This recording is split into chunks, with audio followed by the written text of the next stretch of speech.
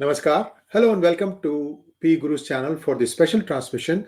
I wanted to start the day today with some good news. The National Stock Exchange has given sanction for prosecution to prosecute Chitra Ramkrishna and Ravi Narain, two erstwhile chairman and MD of, or I should say MD and CEO of NSE.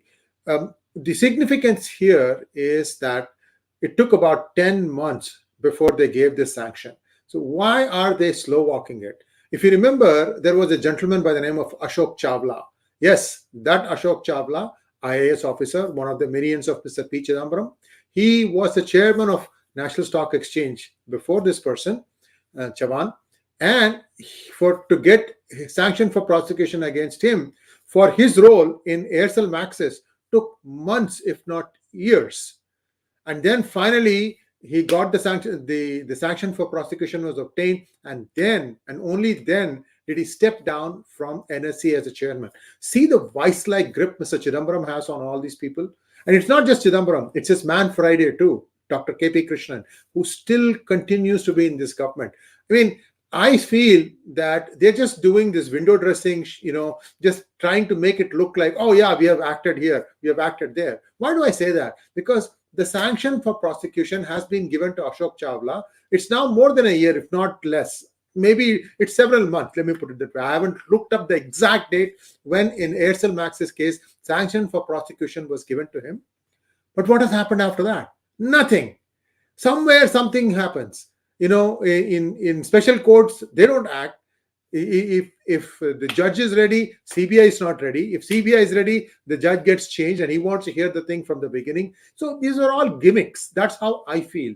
I'm feeling like, no matter how hard you try, no matter how much banana peeling you give, give the banana, eat this banana. That's all you need to do. The government still doesn't do it. I'm not saying any one person is to blame for this. I'm just saying the system is rotten to the core. Somewhere we need to start cleaning it. So here are some of the things that they should be doing. I'm hoping that somebody who's watching will say, oh, somebody is actually giving the banana here. Here we go. Let me show you what I mean by that. So these are the two people now. Sanction for prosecution has been issued. First of all, I have a philosophical, difference of opinion with sanction for prosecution. What is National Stock Exchange? It's a private entity with people who have invested in it, including some very big banks, very big mutual funds, and very big MNCs. All of them have invested in this, hoping that someday this would go public and that they can withdraw their money. Well, we have said this thing in the past, who we think are the people who have invested money in this, how much they hope to make. But with just a private limited company, what was the need for saying that we have a sanction for prosecution? Why? In Ashok Chawla's case, they didn't have that. It was given in the government. They didn't go back and say, oh, but the government has given him sanction for prosecution. We have to also give. NSE didn't come in the way. So where did NSE insert this clause that it has to give sanction for prosecution? In fact, Ashok Chawla is one step above these two. He was the chairman. These two are just managing director and CEO. So what I'm saying is a lot of confusion, a lot of obfuscation. Throw some dust here, do this thing, do that thing, and try to see if, okay, nothing happened. We really took them. These people spent time in the jail. All BS, because at the end of the day, they have not been sentenced for the crime they committed. So here are two things that they should be doing. Who are they? CBI, ED, any other investigative agency. Two things that they should be looking at. First one is destruction of evidence. What happened was that the laptops of Chitra Ramkrishna and Anand Subramanian were destroyed and given to electronic waste. Not only that, the entire server logs of the period, that is, we are going back to 2004 to, I think, 2014. 2015 is when the whistleblower blew the whistle.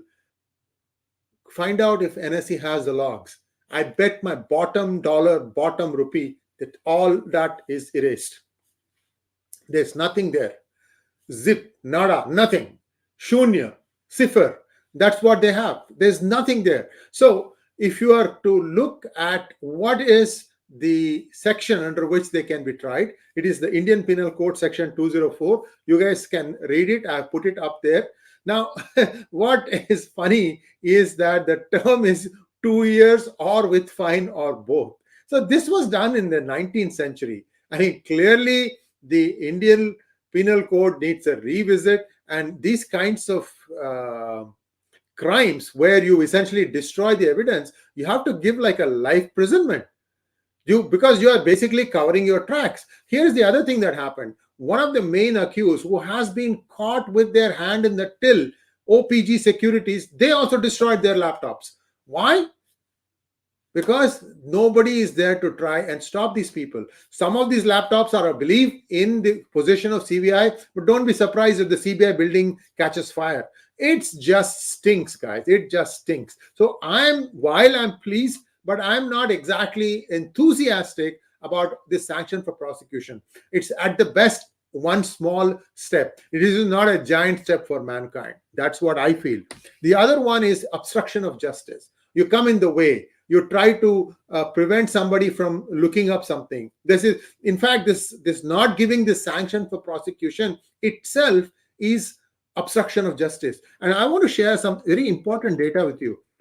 This sanction for prosecution, the Modi government took years before they gave Ashok Chawla sanction for prosecution, along with some other IAS officers in the 𝙒𝙧𝙤𝙤𝙤𝙦 case. By the way, Ashok Chawla is also a co-conspirator in the Delaru fake currency scam also.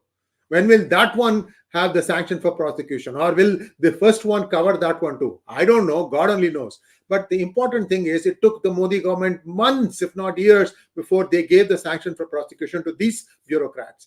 Do you know how long it took for the UPA under Manmohan Singh and Pranab Mukherjee to give sanction for prosecution to the bureaucrats who were involved in the 2G scam? The Supreme Court cancelled the 122 licenses in 2G scam. Within 24 hours, sanction for prosecution for these officers was given. They were in jail. Of course, Mr. O.P. Saini has ruined all that stuff. And that's a different hangout that I put out a few hours ago. You can go back and look at that. So India is really somebody needs to look at these things. These are laughable. The way the Indian Penal Code has been drafted, you need to bring it down to bring it forward to the 21st century. In a hurry, that too. And these things may have to be voted in both houses of parliament. Do it.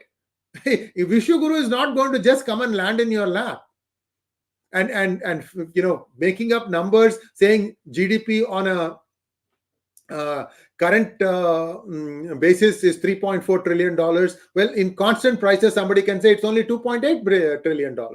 So see, the thing is, you have to look at it in every which way. It needs to exceed that. In constant also, if it becomes more than 5 trillion, then everybody will accept that, yes, you have taken inflation out of the picture and you are really a $5 trillion economy. I'm digressing here, of course, but what I am saying is I wanted to make sure that people know that you can't just sit back and relax. You have to keep poking the bear and saying, act faster, and get these people in jail. That's where they belong. And I still don't know what is going to happen to Mr. Ajay Shah, the other chief crook who made all these algorithms that people use to make excess money. Well, with this, I stop this talk. If you have any questions, please feel free to ask me. I'm seeing some comments here. Let me see.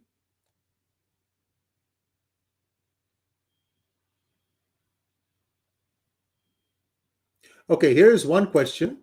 Mandar, my good friend, wants to know what stops their prosecution. There is no confusion. The system doesn't want to prosecute the case. I couldn't agree with you more, Mandar. So these are all like drips, ele, chota sa pan, ele, tomato, ele, nimbu, that kind of stuff, not serving the entire meal.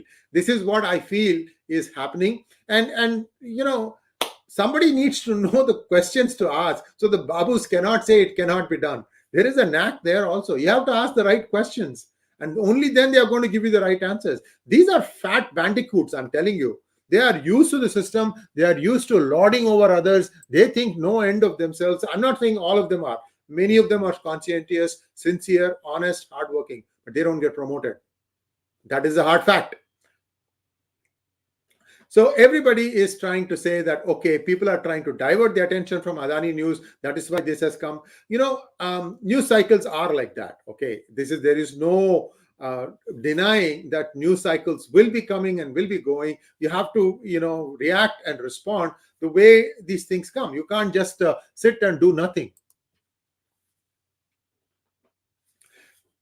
Corruption, you can say, is from the top to bottom, but a lot of places where the government has acted has curbed the corruption. For instance, if somebody paid advanced GST to get the credit back, it used to involve bribing some officials.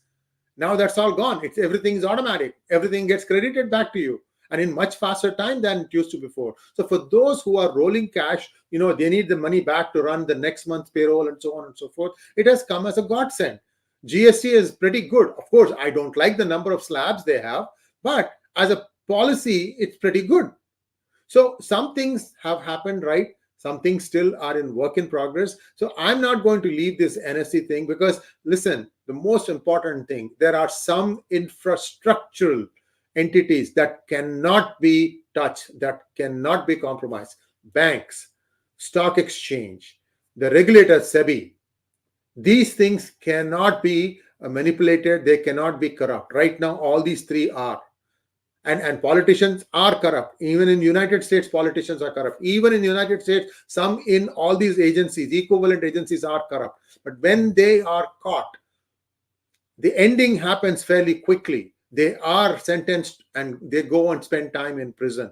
Nobody escapes that. That is the point that needs to be done, because that keeps the honest man honest. The dishonest man will still break the law somehow. But right now, the way it is in India, people say, oh, honesty is actually a sharp on you, a curse on you. And they think that the best way to do it is to just follow the system. You get corrupt. Everybody makes 1,000 crores. You make 100 crores. You just console yourself saying, I'm not as corrupt as that fellow. That fellow got 1,000 crores, I only got 100 crores. That is the point. Thanks for watching. Please like, share, and subscribe to our channel. Don't forget to click on the bell button for notifications. Namaskar.